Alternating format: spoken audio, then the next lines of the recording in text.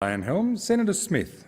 Thank you very much, Mr Acting Deputy President. I'm pleased also to rise and speak to this motion today, which concerns itself with the allegedly corrupting influence of political donations. But, Acting Deputy President, it seems that when it comes to political donations, the eyes of some in this place, some donations are more corrupting than others. What's most interesting about this motion is what's not in it.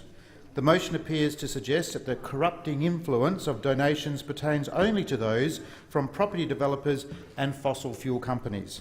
Well, that's a ridiculous assertion. This government does not believe it is appropriate to create particular classes of citizens or professions and ban them from participating in the political process.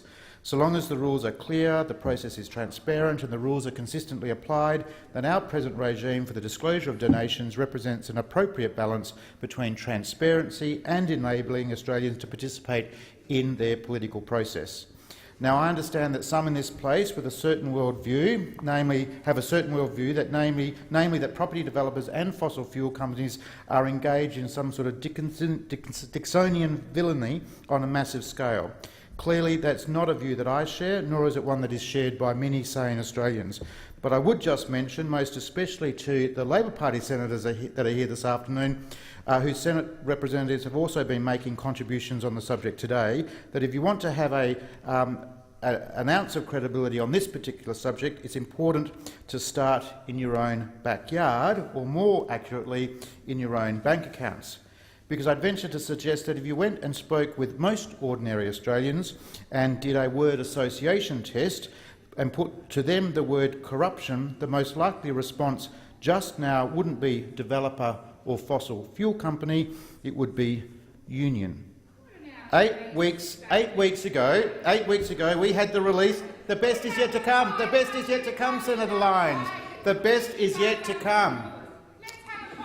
Order. The best is yet to come. 8 weeks ago, we had the release of the final report of the Royal Commission into Trade Union Governance and Corruption. The report finds a widespread pattern of corrupt and disturbing behaviour across Australia's trade union movement, with some of the most egregious examples occurring in my own state of Western Australia. I know that Senator Lyons is here in the chamber. The Labor Party and the ACTU leadership have been at pains to suggest that what has been uncovered represents just a few bad apples. Well, the Royal Commissioner dismisses the notion in the introduction to his report. And for those Labor senators who haven't laboured over it, let me read what the Royal Commissioner has to say. He says, "You can look at any unionised industry. You can look at any type of industrial union. You can select any period of time. You can take any rank of office holder, from secretaries down to very junior employees. You can search for any type of misbehaviour. You'll find rich examples over the last 23 years in the Australian trade union movement." He goes on to say, "These aberrations cannot be regarded as isolated. They are not the work of a few rogue unions or a few rogue officials. The misconduct exhibits great variety. It is widespread. It is deep-seated." So said the Royal Commissioner. Yet when you look at the text of this particular motion this afternoon, which is supposedly about the corrupting influence of political donations, do we find any reference to the corrupting influence of union donations? Of course we don't. Now, if debates such as these are going to have any credibility, then we can't just cherry-pick particular types of donors. In particular, we can hardly leave out the unions, given what emerged during the Royal Commission. Bear in mind also that the Royal Commissioner said what had been found through that process in relation to corruption was the small tip of an enormous iceberg. The picture the final report paints is one of a disturbing culture. Let me quote from the report again. It says, "Whistleblowers are unlikely to be found for various reasons, including a well-founded fear of reprisals. The same is true of misconduct on building sites and other aspects of the misbehaviour that has been revealed. The very existence of a Royal Commission tends to cause a temporary reduction in misconduct. But it is clear that in many parts of the world constituted by Australian trade union officials, there is room for louts, thugs, bullies, thieves, perjurers, those who threaten violence, errant fiduciaries and organisers of boycotts. It is worth recalling that the movement being characterised here is the chief source of both funding and personnel for the Australian Labor Party, a party that paints itself as the alternative government in Australia. The movement being talked about is one that, in 2013-14 financial year, funnelled almost $6.5 million to the Australian Labor Party. In fact, it's been estimated that over the last 10 years, union contributions to the Labor Party have been over $98 million. Two of the worst offenders when it comes to the corruption uncovered by the Royal Commission were the Construction, Forestry, Mining and Energy Union and the Maritime Union of Australia. Of course, it is also proposed that those two unions, the CMFEU and the MUA, soon merge. They are to be joined together in some unholy matrimony, two like-minded souls joining together to wreak havoc on the nation's industrial landscape. I just hope there are no awkward scenes or battles ahead between Labor parliamentarians about which one of them gets to serve in the wedding party.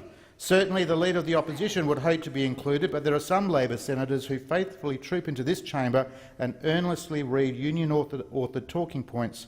I just hope they haven't forgotten where those invitations have been issued. Now, let's not forget the Royal Commission also found multiple instances where the Australian Labor Party had failed to declare donations from trade unions, including an instance where the Leader of the Opposition himself had failed to declare such a donation.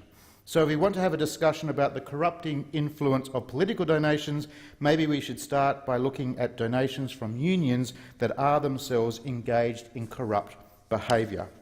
Just this week we've seen more trouble with the CFMEU. The National Secretary of that union, Michael O'Connor, was one of 13 officials who allegedly ran an illegal blockage campaign last year. That is, trying to prevent workers from going onto site to do their job. The union officials are accused of obstructing trucks and subcontractors from going onto construction sites and calling them a variety of foul names. Charming behaviour, but again, as the final report of the Royal Commission says, these are not isolated instances. In fact, there are currently around 73 CFMEU representatives and officials before the courts around Australia.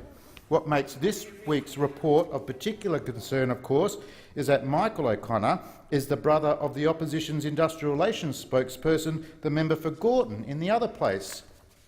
Now, I'm not one to get personal, but given all the hysteria we've heard from those opposite about Royal Commissioner Dyson Heydon's alleged conflicts, I would have thought that it was a much greater concern that if those opposite win the election this year, the person in charge of dealing with union corruption will be the brother of someone who now stands accused of it.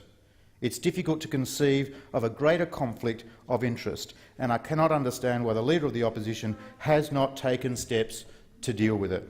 The government believes that our present disclosure laws are working well. They are overseen by an independent body, the Australian Electoral Commission, and donations are reported and accessible to members of the general public. Yes, the system relies on people and entities making honest disclosures about the donations they receive.